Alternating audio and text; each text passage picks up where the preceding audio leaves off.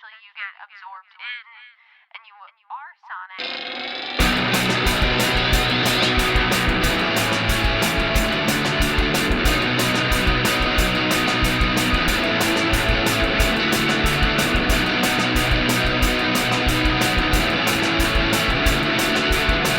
Hey everybody, and welcome back to No Repeat, a podcast where we pick 3 songs every week with no repeats and no do-overs to create a perfect playlist for every occasion life throws at you. I'm Taylor Olmsted, and I'm joined by my co-hosts, Tyler Reed. You know, I've never really had a problem assembling IKEA furniture. And Sean Evans. I think, what was the last piece of furniture that I assembled? Oh, it was IKEA furniture, actually. And it was at my sister-in-law's house.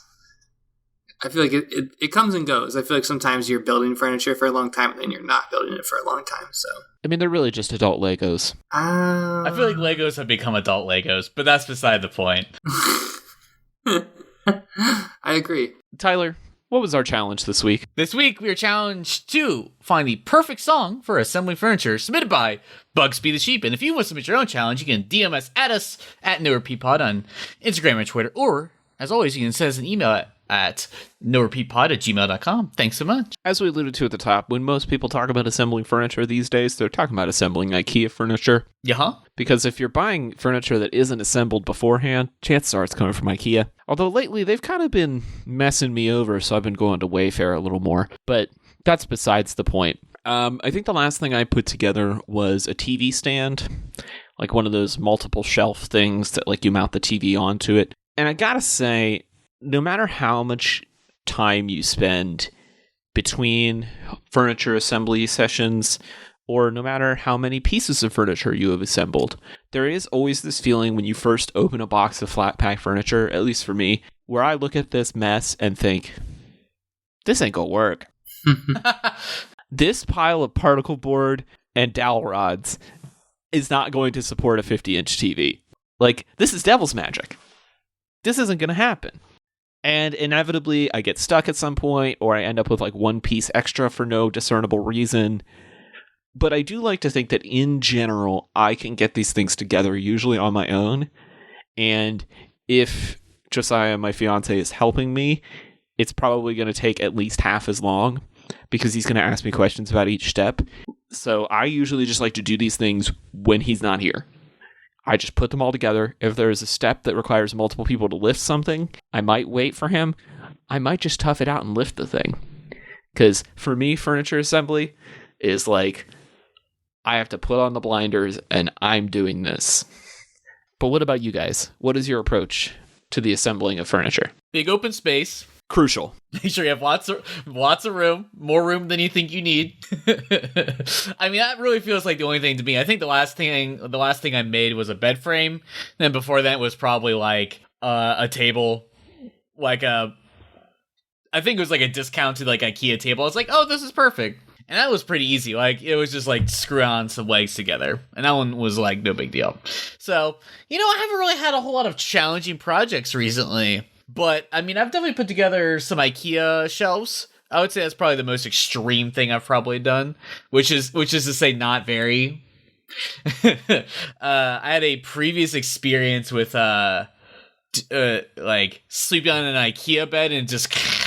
Because those beds not super great. Not recommend IKEA for a lot of things, but not for things you're sitting on and using a lot. But I don't really have any specific... requirements. I don't feel like I've done enough to really have a preference other than lots of space. I think I need a space as big as what I'm about to build. And the reason I say this is because maybe like 4 or 5 years ago, we built, I don't know if I'd call it like a bookcase, but we got it from World Market. And it was like a very big drawer, like sliding door / drawer mid-century modern ripoff thing.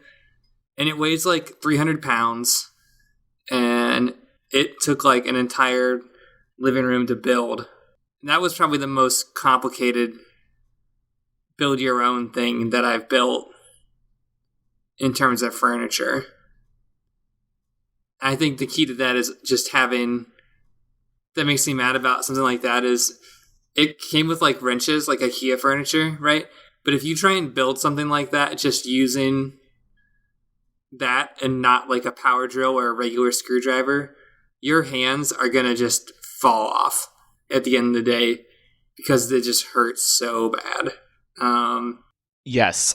Good for them for trying to make it as simple as possible. But sometimes with IKEA furniture, even, I'm like, God, if I have to screw one more table leg onto this stupid desk, my wrist is going to just turn off. Yeah. Pro tip, young people buying lots of flat pack furniture, or just people who are furnishing on a budget, I guess. IKEA sells a little battery-operated powered screwdriver. It is not a drill. It cannot drill a hole in a wall, but it can screw in screws without destroying your wrists and giving you carpal tunnel. It's like $10. It comes in a little orange and white plastic case, and it's in like the hardware section right before you check out. Buy that. Also, just go ahead, get on Amazon, and buy a set of Allen wrenches, like one US set, one metric set, a nice set. Because inevitably, one of your pieces of flat pack furniture is going to break, and you're not going to keep that little Allen wrench that came in the box. Like, you're just not. I think that was one of the best parts of flat pack furniture is revisiting it in 2 months to tighten all this stuff again and make sure that when you set down a glass of water on top of that cabinet that it doesn't come just sliding down into a pile on the floor because stuff moves. And heaven forbid you have to move it. That's a death sentence. That furniture's not coming back. No. Yeah, just take it apart and put it in the garbage and buy another one. This is what your life is. I'm actually seeking to get to a point in my life where I can just only buy assembled furniture and have it delivered. It's honestly the goal. It's not that I don't like or that I like find something wrong with getting flat pack furniture. I just don't even want to put it together anymore. Like I have other hobbies that I get the tangibleness like from. Legos. You could just get some Legos. I'm so busy callousing up my fingers with Legos that I don't have time to use my sweet baby soft hands to use a wrench. If I can't just... We can't all be Jack White. We're not going to build our own chairs. We're just not. You don't have a lathe in your home next to your bed? You don't eat a sandwich off of a lathe? You just... Love and respect to all those who do. But not my thing, not my bag. A nice big sub. So, that being said, when the time comes, when you've moved into your new house, and you just, you need a coffee table, you'll get a better one later, but you got to slap something together. What are we putting on? What's the soundtrack? What's the approach here for just getting through this admittedly unpleasant process? Oh, I don't know. I took the challenge in a little bit different of a direction. I don't necessarily think that putting it together is unpleasant, because I love the gratification of finishing it at the end. I took it in terms of like, what does building flat pack furniture mean for me today? So I tried to find a song that described that, or felt really good for that. And that's, I'll just leave it at that, because once I explain my song, we'll get really into that, but yeah. So I feel like assembling furniture, as Taylor was kind of saying, it feels like the start of an adventure. Start of something new, you're in a new space, you're sort of getting a refresh in some capacity, maybe you're building a life with someone, but I feel like I wanted a song that's sort of like, wasn't too much. I feel like this easily could have been another like vaporwave adjacent sort of song. I could have chosen another eyeliner song, and because I wanted it to be like sort of like elevator music in that capacity, where it's like, it's not this grandiose thing. It's just sort of like, a kind of a common everyday sort of activity you're gonna do. But I kind of decided to set on something that sort of like was a little upbeat. Felt like it gave me some momentum. It wasn't, but it was soft. Maybe it felt like it gave me feelings of like maybe like some hope, or maybe feel that just give me a little bit of sort of like from The Legend of Zelda: Ocarina of Time, like the Hyrule Field sort of sound. It has like this nice fluttering of birds, of like sort of like synthesized birds or something. And it's like, it's a brand new day. Everything's gonna be all right. And just try to get myself in a good mood. because like I feel like there's like one misscrew and you're probably gonna be having a bad time. You lose one part of a thing, you're searching for it. There's a lot of opportunity for things to go wrong very quickly. So I want to just keep it posy, keep it not like too grating. So Tyler and I had very similar approaches here. I wanted something upbeat, little propulsive, got some movement to it. But I was really trying to do like the montage song from a movie because, I want to feel good about this experience, even if in the moment it is not a great experience. So I'm imagining the like setting up the new apartment montage of like, and then the bright-eyed country kid moved to the city for the first time, and this is them putting together their first apartment, like that montage. Because I'm trying to like capture the promise of new furniture and like the excitement of it, and like Sean said, kind of the satisfaction of being done with it. So like, let's just crank up to double speed, do a little construction montage, and just be done with it. That was kind of where I was at. So with that being said, why don't I just go first? yeah. This week I chose Girl Inform Me by the Shins.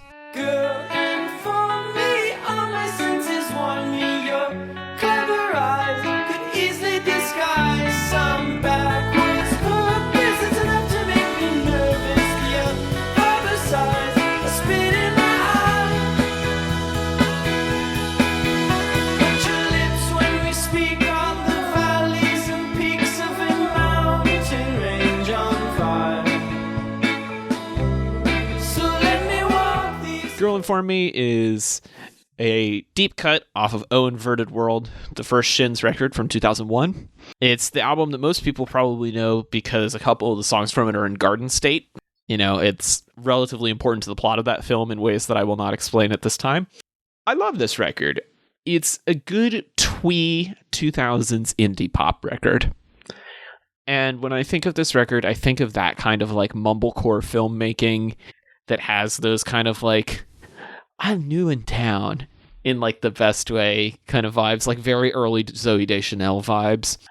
And there's something about this song in particular with like its very angular guitar melody, but then it's kind of like glissando harmonium going on. So the harmonium, for those who don't know, is kind of a precursor to the synthesizer. It is a fan-based electric organ, kind of somewhere between like an accordion and an organ. It's really interesting. I'll put a link in the show notes of how they work. They're very cool instruments. But that's the like kind of 60s-ish key sound that you're hearing on this track. And that in particular, combined with that like real trebly guitar, it just feels very bright and very happy to me. It feels like the promise of new things. And so I'm imagining kind of a little montage of me like, using a rubber mallet to pound in those tiny little dowel rods and like screwing those screws in and just building my twee little flat pack life back before we had any illusions about what this might be and everything was just promise and you hadn't accidentally stepped on one of those weird circular toggles and felt the pain of 1,000 suns on your foot. I see it. I guess I didn't realize in listening to the Shins before that there was so much vocal overlapping. And yes, lots of like double and triple tracking and harmony tracks. And I like that, and I like this song because I feel like it harkens back to some nice 60s-y stuff, like the Beatles and stuff, and Beach Boys kind of has a little bit of like a Pet Sounds thing, but it feels like a nice way to like reinvent that stuff. It calls back to it, but doesn't really do the same thing. I think it fits the vibe and energy that you're trying to go for really well too. It connects very well. Maybe that was supposed to be a pun or turn of phrase about furniture. I'll give it to you. But like, Right. it didn't mean to happen. That was organic. I feel like I'm used to a little bit heavier of Shins. Like, what's the album that they have that it looks very similar to this, but it's like the beige and black? Port of Morrow. Yeah, I feel like that's how I am more familiar with them, where the black and white album, I remember them based on colors because they're all kind of like variations of the same thing a little bit. But yes, they definitely get more heavy in their instrumentation later on. And this feels really nice and round and upbeat. And when I heard this for the first time, I was like, okay, this feels very Shinzy, but it's not what I was expecting. Like, when he put it in there, I was like, all right, let's see where this goes. And then at first listen, I was like, yeah, all right. But now that I'm on to like my 7th or 8th, I'm like, yeah, this works. I like this song, as I should say. It works for the challenge, but yes, I like this song. So I think generally, as like an alternative rock band from basically our childhood, like our teens and etc., I feel like this is the sort of band you would put on when you're moving, because you set up the turntable and then you like put this on or whatever, or it's like, you got to listen to sort of like an old classic. But I feel like the Shins for me were always like a band that like I listened to by like kind of like how Franz Ferdinand was for me, was also sort of like, this feels like it's too mature for me right now, because I was still listening to like pop punk and stuff. But I was very much into the girls that like the Shins. That is very much my zone. But I genuinely don't think I've ever really given the Shins a shot, aside from like a few of the singles. So, is there an album you would recommend, Taylor, in particular? I think this is a good one to start with. Okay. Perfect. And so that being said, I feel like as an album from like, sort of like your past, or you sort of feel nostalgic for it, it already feels good as like a building furniture song. And I would say that I feel like it really clicked for me as this pick when you described it as like a montage, because this is absolutely also a band that people would put in a movie, of course. So I think it's perfect in that way. I feel like kind of also noting on what Sean was talking about, I feel like this song is very much dominated by the vocal performance, like in the mix, and I feel like there's other songs like that I've heard that are a little more bounce, or more have a little bit more instrument forward, and I feel like Yes. So what I'll say to that is, James Mercer, the frontman and primary songwriting force behind the Shins, has said many times that he does not like the way this record sounds. Unfortunately, the old HP Pavilion desktop tower that had the original stem files for this and the Shins' second album was stolen out of his home. And so when the 20th anniversary of this album came around, all they could really do was remaster it. They couldn't remix it because he doesn't even have the files anymore. They're just gone forever. Wow. Okay, well that makes me feel better, because I think like the core of the song is good. I just think that, like you said, it's mixed a little bit. He would agree with you. I feel like they should just do a Taylor and just remake it. Just do the whole. I agree. I think an updated production on this record would really bring it into the acclaim that it continues to deserve. But I think this is a nice, light, sort of airy, sort of like cutesy song that I feel like would fit perfect for a new chapter of your life. Good pick. Well, Tyler, do you want to go next? Yeah, sure, why not? This week I chose Thirds Seen Clearly by Brendan Eder Ensemble.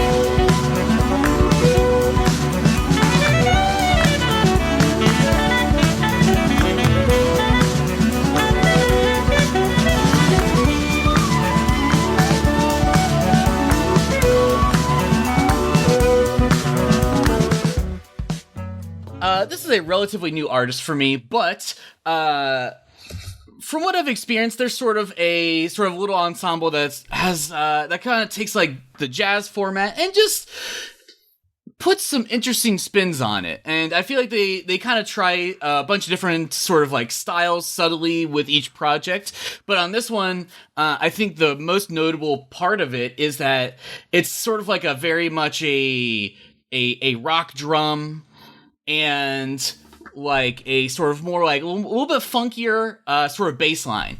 And I feel like when you take those components and you add it on top of sort of like a pretty traditional sort of like jazz composition, I feel like it gives it a little bit of life, a little bit more momentum in a different way. It feels like it makes it a little bit more approachable to a general audience, you know. And so I feel like I really love this song in particular because the flute, and I think there's a oboe in there, and I think there's an alto sax. I think those are some of the instruments in there, but I feel like they just have this nice, like, airy, light feeling to them. And there's a nice, like, level of repetition that kind of goes on that I don't feel like it adds a sort of, like, comfort to it.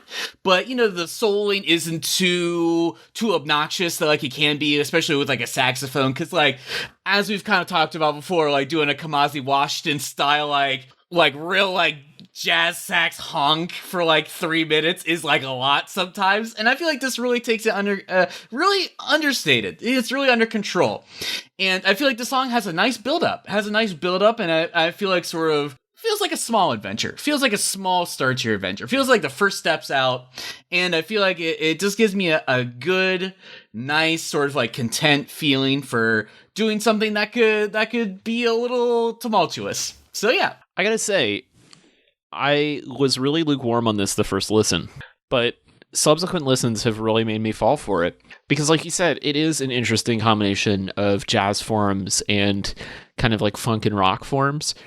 It feels to me like a more understated version of what Wolfpack does. You know, it's like this kind of like jazz pop, jazz rock for maybe more of an indie alt audience.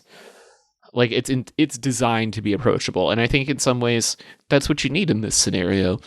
You know, it is kind of on in the background. Like, you're listening to it for sure, but it's not like you're sitting down and poring over a Miles Davis record. You know, I think the thing that really captures me about this is also your point about it being like a little journey. It has such distinct sections to it, and it kind of moves through them without feeling segmented, but you can feel the build and then the drop and then the build again, and you really feel like you accomplished something at the end of it, which I think mirrors the experience of building the furniture. Like, you know, you go through a lot of steps and then you come out with like a nice finished object at the end, and this song feels like just a perfectly complete piece. Like, no spare parts, does what it needs to do, gets out, 2 minutes, 59 seconds. Yeah, under 5 by a long shot. Oh, man. Had some complicated listens to this song. Sure. And I've really landed on the not my thing kind of the fence. I can see that. For, like, odd reasons, maybe, and that I'll explain here in a moment. Let me just start by getting this out of the way, because I feel like there might be listeners of this show who can relate to me on this one. And maybe you can help me, because that's more what I'm asking for. In a lot of ways, I find jazz as pretentious, because it has a reputation of being unattainable. And on top of that, if you have listened to the Billy Joe Armstrong where we talk about sparks, or you have heard us talk about the movie on before, I highly encourage you to watch it. It was very good and very eye-opening. It is difficult for me to listen to playful music. Yeah. So when I hear this kind of thing, it's already triggering me once, because I feel like jazz is written by people who love music for people who love music, and it's not always fun to listen to. For me, it's not like a passive experience where I can relax. It's very much about academic dissection. And then the other part of that is it's clearly they're having a good time, and I feel that energy in their music, and I just can't wrap my head around that right now. Like, I'm capable of listening to funny stuff, and I enjoy it. Like, you can't listen to the chats and say that you can't be into funny music. But at the same time... But it's rude. It's a little rough. Right, yeah, it's right. And I feel like with this, it's it feels, and Vulpix strikes me in the same way. Yeah, right. Like it's highly accomplished people making highly accomplished art, and I feel like that draws in a particular kind of crowd. It draws in a particular kind of audience, deservingly so. They're accomplished musicians. You can hear it in the composure. It's technically a really good song. Why I do like it is because it reminds me of, just imagine for a second in your head that you're assembling furniture, and instead of there being a saxophone and a flute, that those lines are being lyricized and sung by Arcade Fire. And I hear that, and when I do, I'm like, oh, I get it. I like it. It's like, and that's what I mean. Like, I feel so conflicted. I want to find something about jazz that makes me like jazz because I feel this, and I like it because it reminds me of something that is easier to digest and doesn't feel like it's hard for me to think of being active with my hands. Sorry, warning. Sean's a very simple person. He can't chew and drink water at the same time or walk and, blink. I live a very simple life. Listening to jazz and putting stuff together is just making me more irritated. Okay. It's like loud music and parking. Those two just shouldn't live together. Yeah. I get it still, and I think there's very specific songs that I feel like I pick that are jazz centric for challenges, because I feel like the Kamasi Washington was almost specifically intentionally graded because it was a Metallica song, which that one I feel like, listen, I know what I did. but I don't feel like maybe I'm simple in a different way, because you have the unlocked knowledge of like music theory, and when I'm listening to jazz, I'm not thinking about the complex patterns that are happening, the things that are going on. I'm simply just enjoying the improvisational nature, just sort of the sort of fleeting nature of like they are making sounds happen and it's just gone into the ether and never to be performed again. It's just sort of like it just kind of sounds cool, and that's like it. There's not a lot like you're like, oh, I like this little riff here, I like that little part here. But I totally relate to you on things being fun or funny. Like, for some reason I don't like Wolfpack because it feels a little gonzo in that way. They're like we're trying, like, woo, we're being wacky. It's like that doesn't always like work for me. Like, I feel like the songs we've picked so far have been like good, but like I'm like, I don't know about a whole album of this. I don't need all this. So like I totally understand when people are trying to write like joke music or things that try to sound like a joke. It's also, I feel like we are both kind of on the same page about like Tenacious D. I had to think about it. Oh yeah. Where it's like, I don't know if I need this. But just wait until I make you do a whole episode of Weird Al. Next Diva series, baby. That's right. Listeners, if you want a Weird Al episode, you have to DM us, you have to add us, or else it is never gonna happen. Just like the challenge, don't worry, right? It's gonna happen. Just like the video game challenge episode. They're never gonna get picked. You have to make us do it. Well, Sean, what do you have for us? All right, this week I chose Day by Day by Old Sea Brigade. Growing old and it breaks my heart, and I think of you growing old. Darkness that comes and puts me in place. I'm a prisoner, babe, you know I can't escape. Take all you want, take all you can take, but the shadow of age is every step of the way. And it's one day, it's all I can take of it. And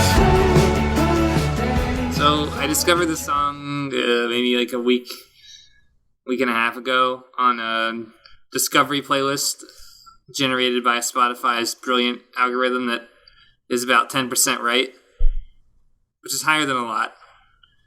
And I kind of knew this challenge was coming, so basically the mood that I was putting in, because we all have moved probably since we've been on this show in some way, shape, or form. And like sometimes when I think about how much I've moved, it reminds me of how I don't want to do it anymore and how I'm getting sick of it. And I feel like as I'm getting older now, I don't want to do it. Like, I don't want to put up with the crap of having it move.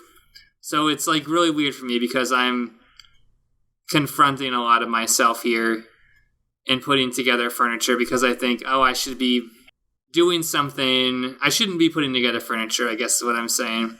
And the reason is because I feel like I'm letting somebody down if I continue to do this in a way. Because I know, like, you guys grew up in the same town. You know this. You probably heard your parents say it. Mine say it to me all the time. That they hope that I have a better life than what they did, right? And it feels like right now as the pandemic is going and inflation is high and it seems like morales are just crashing down around us, that this goal is becoming like more and more unattainable. And so when I'm putting together furniture, I'm thinking about, like, man, there's a lot of things that are going on in my head. Is this right? Like, should I be, I'm blah, blah, blah age.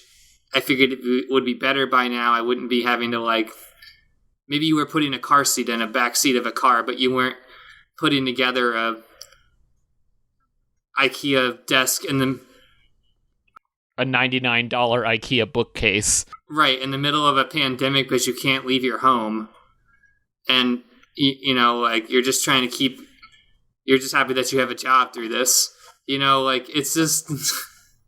Right now, I'm just in this really sad place about this kind of stuff.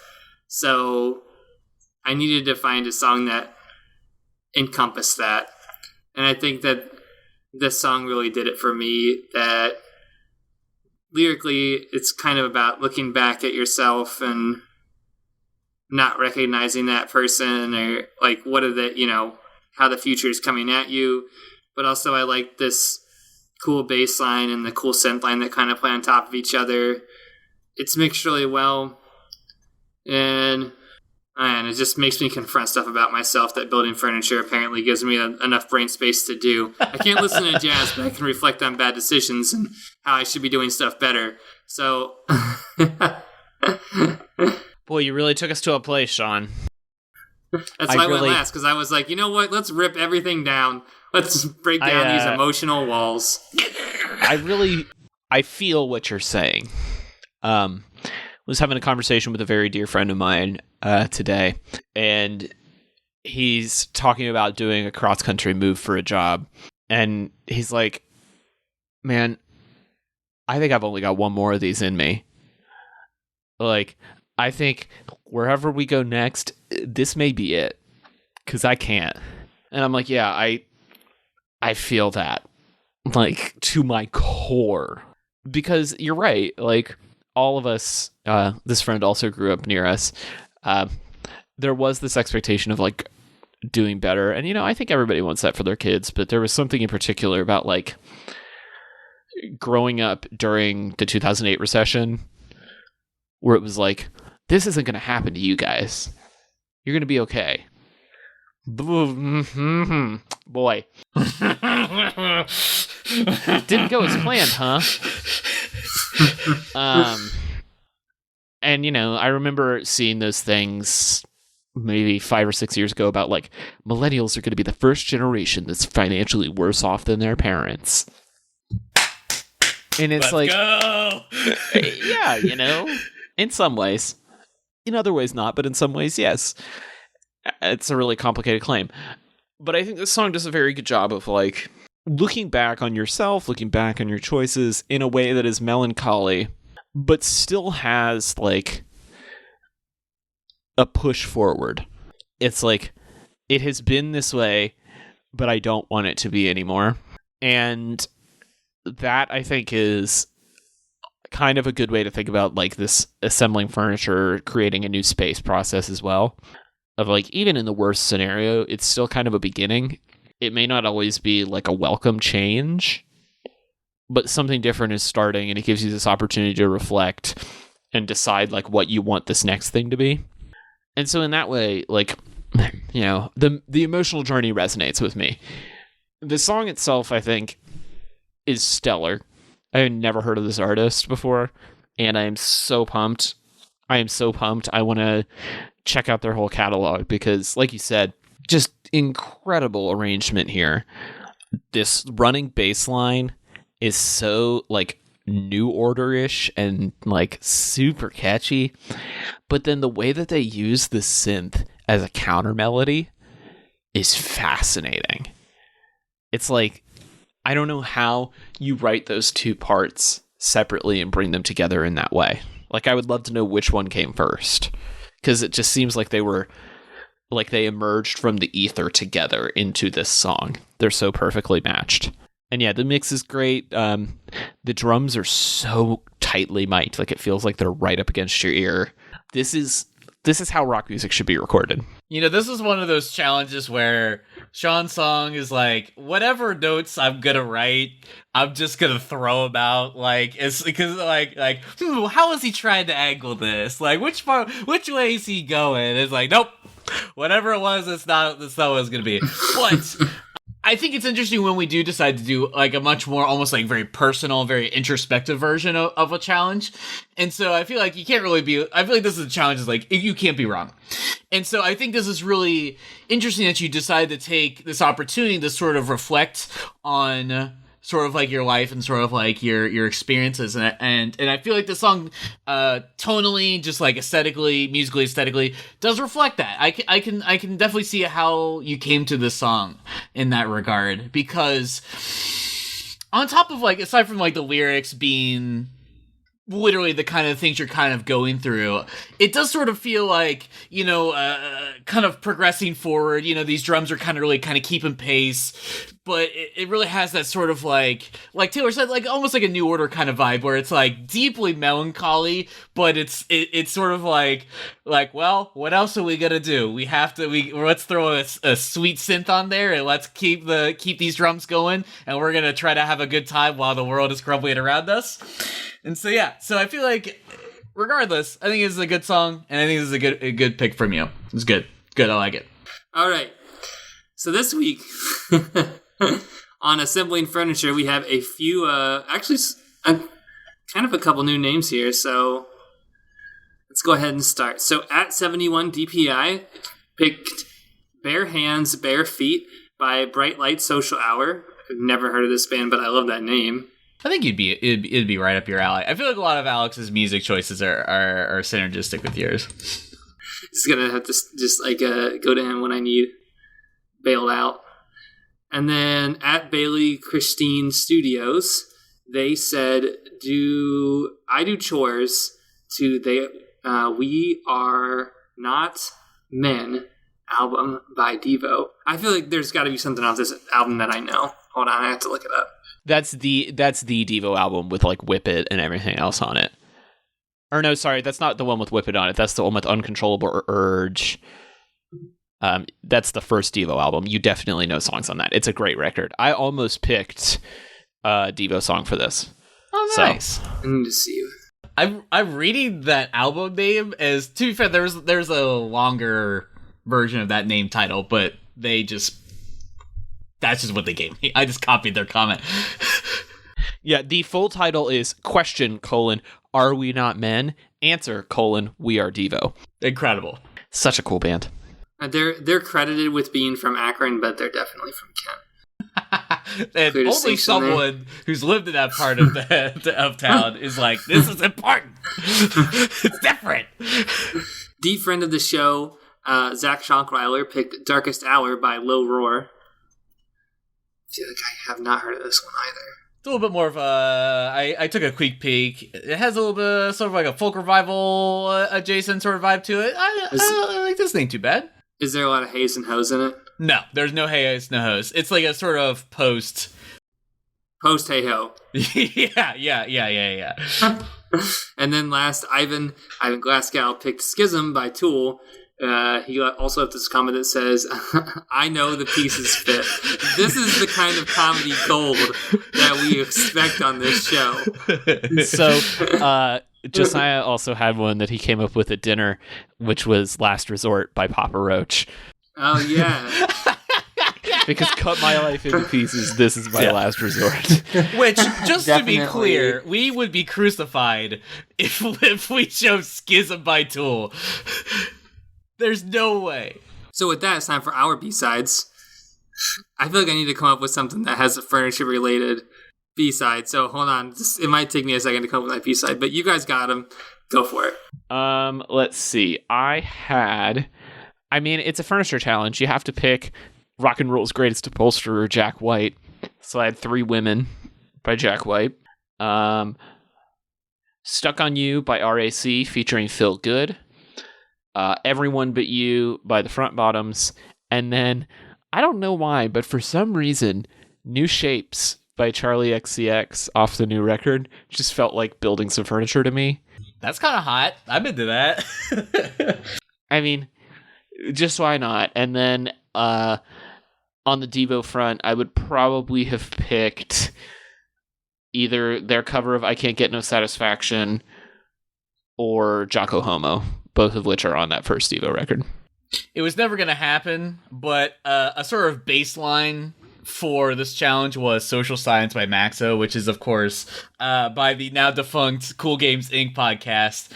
So I could never have chosen it, but it would have been a very funny pick. And then Room Temperature by Faye Webster, just because I feel like she's got to get on this podcast somehow. Visit Croatia by Alabaster de Plume, which would have been another jazz pick that Sean would have also not enjoyed. The Steps by Haim. Pinch Me by Bare Naked Ladies. I felt like Pinch Me would be fun just because it's sort of sort of mundane. I feel like that would be good.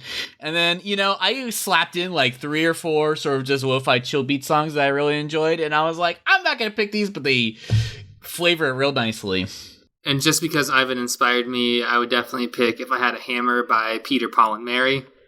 Of course. Because why not? It's probably been in a joke that you've heard in your lifetime.